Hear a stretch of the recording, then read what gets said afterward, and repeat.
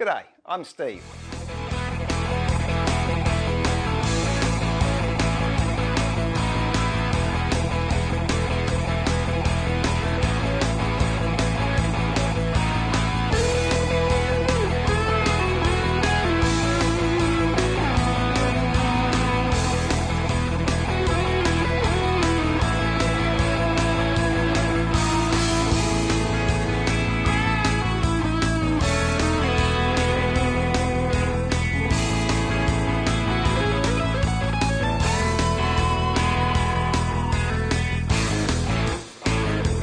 G'day, Steve here, Woodworking Masterclass with Cabinet Scrapers Part 2.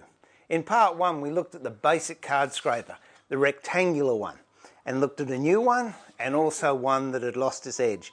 And I showed you how to rejuvenate an old card scraper so it'll work just as good, if not better, than a new one. But we'll take it a little bit further, because then we've got gooseneck scrapers and convex, concave scrapers.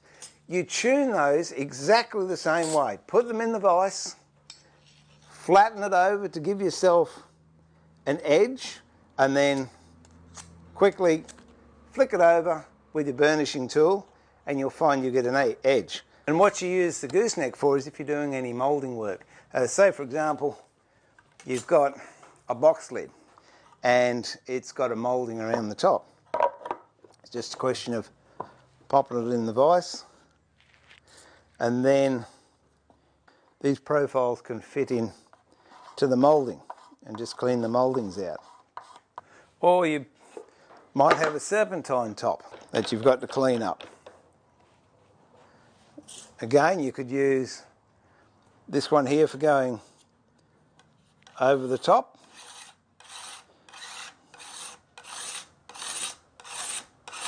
And you can see shavings coming off there. You could use the convex side for getting in to the corners. Likewise with the gooseneck.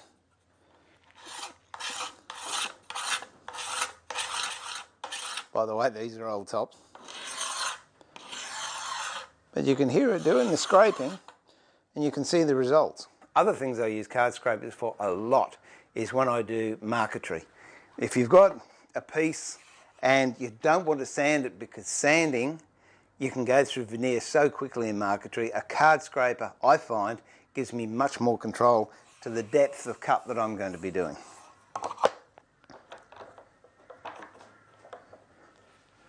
I'll grab the one we just sharpened. Glasses.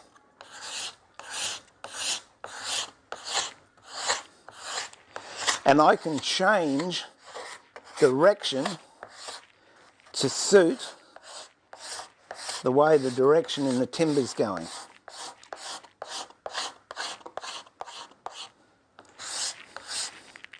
You know, after you've scraped something like that, yeah, sure, you might want to give it a touch up with sandpaper, but only 320, 400, something like that, because the scraper will do an excellent job. Another ideal thing for scraping or scrapers is getting glue off. It doesn't matter if you use high glue or a PVA or epoxy for that matter. It is so hard sometimes, if you've ever had glue left on your job and you go to sand it off, PVA especially, it sort of melts, clogs up your sandpaper, and what's happening is you're actually sanding furrows either side of where the glue is, and the glue's gradually wearing down, but you're also making your nice flat surface have little gutters either side of the glue. Whereas a scraper, you can just get your scraper blade and push it right along the glue line, and eventually that'll come out. And because it's hard and because it's flat, it won't gouge in to either side of the glue line as sandpaper would. I'll give you an example. I use a lot of wax for filling in blemishes when I'm doing restoration work, or meltable shellac sticks, and when I drop those in, it is so nice to get a scraper and just scrape it off, because I don't think there's any other way of taking wax off. You could use a chisel, but I wouldn't like to do that because it would mar the surface. But I'll show you, whilst we're doing scrapers, how I use wax and then how I use the scraper to take the wax off.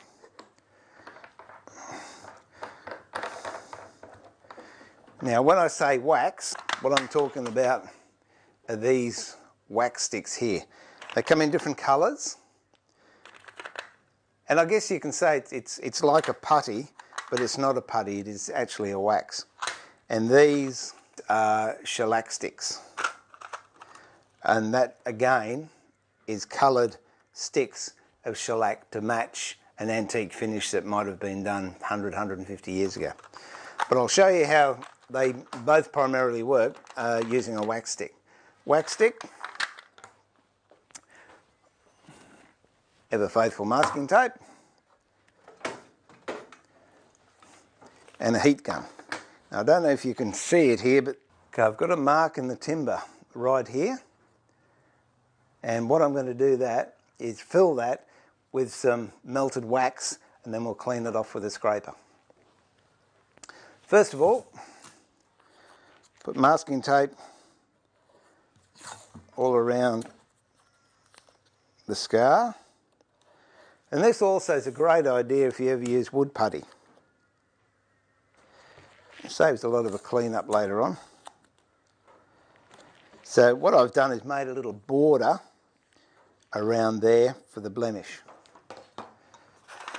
Next, get a stick that's a little bit darker than the timber you're fixing, and that's a little trick with putty as well. If you're ever going to use wood putty to fix up a blemish or a hole or tear out in timber, always use a putty that's darker than the timber you're actually using. Two reasons. One, the eye isn't drawn to it, and secondly, that timber over time will age and darken, and hopefully then it'll just match in with the putty that you're using. Now this is the heat gun. Be very careful of these because they do get very hot. I have it on speed 1, which is slow speed. It's about 550 degrees, and what I do is just hold the wax stick in front of the heat gun.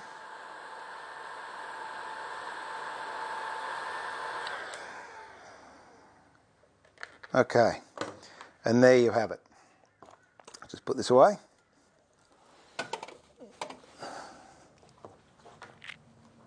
So there's the wax that I've just melted into the timber. Now that should be dry because it dries fairly quickly. We just take that masking tape off.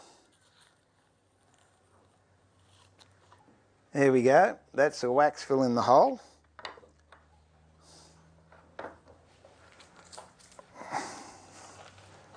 Make a bit of space here so you can see. I pick up the cabinet scraper, and where that wax is, not hard. Now the trick with this is its deftness and lightness of touch. Now I just go over there till I've just about got it level, and there we go.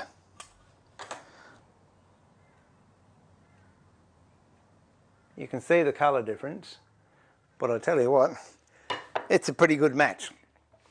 So that's things you can use scrapers for, and how to tune a scraper. Honestly, you can use an old saw. If you've got an old saw, say an old gent saw, they're fine. Old back saws, any old saw will do. But honestly, I think they're only about $20 each or something like that. Shout yourself one, and keep it sharp and enjoy using it. It does take a little bit of getting used to. Oh, before I go, there's other ones around too. This is a Stanley 80, and it works roughly the same way. The only difference is with this, when you tune the blade, you actually put the hook on at 45 degrees because it's already in a bed. And this knob here, as you screw that in, it will actually bend the blade as we were doing with our fingers like that. You can get other scraping planes that are dedicated scraping planes, and of course there's the H&T Gordon smoothing plane, which you just flip the blade around and it'll turn from a smoothing plane into a scraper. But if you want the cheap alternative or an inexpensive alternative, which is a nicer thing to say, and have a lot of fun, go out, get yourself a card scraper, they're called. You can get them in sets. I would personally go for a slightly heavier gauge one, because if you look at this, see how much that bends compared to that. You're going to get more use out of a slightly more rigid scraper. So that's it. Steve pulling the shed door down on yet another tip and saying remember to keep it sharp, but more importantly, keep it safe and enjoy your woodwork. Bye for now.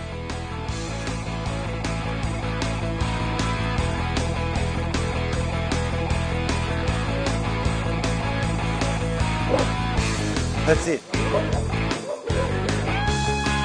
Can we start? Should we start?